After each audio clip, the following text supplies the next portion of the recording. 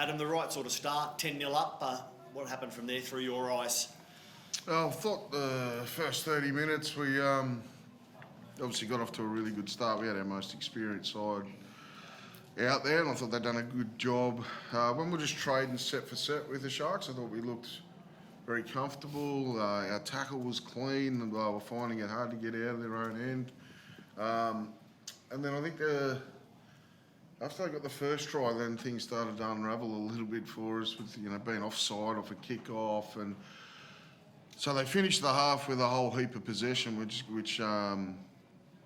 took some energy out of us. And then I thought the second half we just didn't start with any sort of level of intensity that's required. I thought we were way off the pace. They obviously started hard. They probably got a bit of a rev at half time, and they started nice and fast, and we didn't match that. It took us a while to try and calm them down. So that's the lesson moving forward. I'll have a look at some of the personnel that was on during those periods, but we definitely dropped in intensity for sure. How was it for you in the coach's box with your decision made now, Adam? Was it any different, or did you just drop straight back into... Yeah, no different. Same as any other game. I want to, you're riding the highs and lows. I don't know if I was carrying on up there or not, but my will to, or my desire for these boys to perform well and win, that's still there, for sure. Dane, the way you guys started, was that a case of emotion, I guess, after the week that it being? That emotion should have shown the positivity of the first 20 minutes or so? I don't think it was too much emotion. I think we understood, I guess, the assignment of getting off to a good start. I guess dragging them into a ding-dong. They've obviously got a lot of players that can strike, especially with their forward pack that they got. Their outside backs get them off to a good start. So it was a real focus of us to get them down there, try to pin them in the corner. But I think the thing that hurt us in the end was a couple of penalties on tackle 3, even our last plays. We defend the whole set well, and then there might be a call that I guess doesn't go our way, and then we're just making back-to-back sets. And obviously you can be as fit as you want, but when you're constantly doing that, it's gonna burn you in the end. But I'll take my hat off to our middles. They've done an outstanding job. I think Maney, our back row on the left edge, he had plenty of carries, plenty of work in the first half. Jacob Zafidi's always been awesome for us, and the effort never lacks with our team. It's just a few little areas. I guess just giving teams them piggybacks out of their own end, but I thought we started really well, and I thought our forward pack was awesome today. Adam, lots of positional changes compared to the team that came out earlier in the week. What's your assessment of some of the moves you made before kick-off today?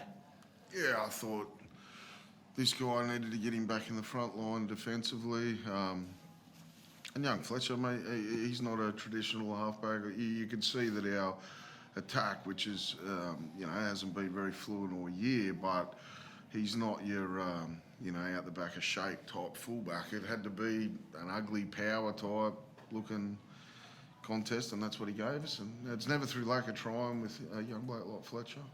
But it's just, the reality is that's where we're at. We're missing a whole heap of strike players, and we've just got to try and fill gaps where we can and try and be as creative with the lineup as we can. And we've got one more week to go to try and do that. I'm glad you mentioned one more week. We'll see plenty more of you in the NRL in years going forward, but one more game in the short term as head coach. How do you feel about playing the final game of the season next Sunday afternoon? No, I'm not thinking about it that way. I'm thinking now that I've got that game to review and prepare for these boys to come in for. We prep just for like it's any other week, and there'll be plenty of time for me to reflect on all of that later on. Do you use avoiding the spoon at all this week, Adam? Who knows what happens in the game to come this afternoon and next weekend before you play, but do you use that at all this week? No, I don't want to even think about it, to tell you the truth. Yeah. Dane, it's a bit of an end of an era next week. How important is it to end that era on a high note with a win? Of an era? Yeah. Who? Hey. Oh, what do you mean by that? Adam's leaving. It's the end of his era. Oh yeah. Well, like we said, I think everything he's done is he's always put everyone else before himself, and I guess that's why he's in the position that he's in as a head coach. Like I said from the start, he's always first one in, last one to leave. He's always trying to get better, trying to make us better. So I guess it is it's an end of a chapter, but I'm sure he'll be somewhere later in the future. Who knows if I'm still going playing up against them, but I don't know. That's probably too far down the track. I'll be too old by then. I know you say it wasn't emotional at the start today, but what was this week like from a player's perspective? Because obviously there was plenty of noise for a few days that was going on. I know Adam spoke to you guys on Wednesday morning, but how was it from a player's perspective? And as a senior player, how did you have to, or captain, did you have to handle it all as a squad? Did you talk to him about how to handle it? No, I think we've got a good group of guys, and obviously we knew that there was going to be a lot of people wanting to see how we went and how we reacted, but nothing's really changed in the sense of we're all professionals. We've got professional players, coaching staff and that, so obviously we'll deal with that when it comes, but we've still got another game of footy left, and we can't really be focusing too much on that. Finish the season strong, and then we'll deal with that when the season's over, but until then we still keep playing footy, and I think we've got one of the best fan bases in the game. Like I've been through 3 wooden spoons, and obviously we're not sitting in a good spot now, but they keep turning up for us. They make the trip down here to come support us, so it's up to us to make sure we go back, do what we need to do, so we can put in a performance next week to finish the season off strong. Adam, what do you think of the Sharks? They're probably going to be in the top 4 or 5, something like that. Can they do a bit of damage in the finals, do you think? Everyone that's in there at the end can do damage.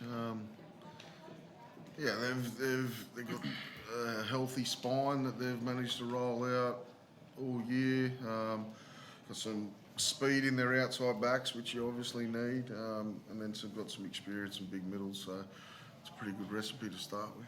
Yeah. And what do you see as the Sharks', I won't say greatest element, but best parts headed towards the finals? And I'm asking you to comment on the opposition. Wouldn't normally do that, but given they're headed to the finals shortly, where do you think they might have an edge?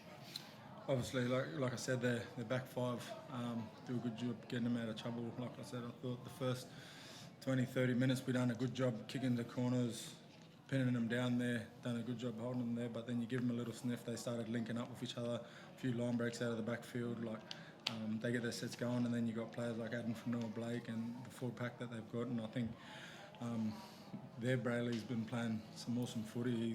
He's a smart footy player, he's strong, he makes good decisions, and they got a lot of good players around the park, but I think their outside backs get them off to good starts.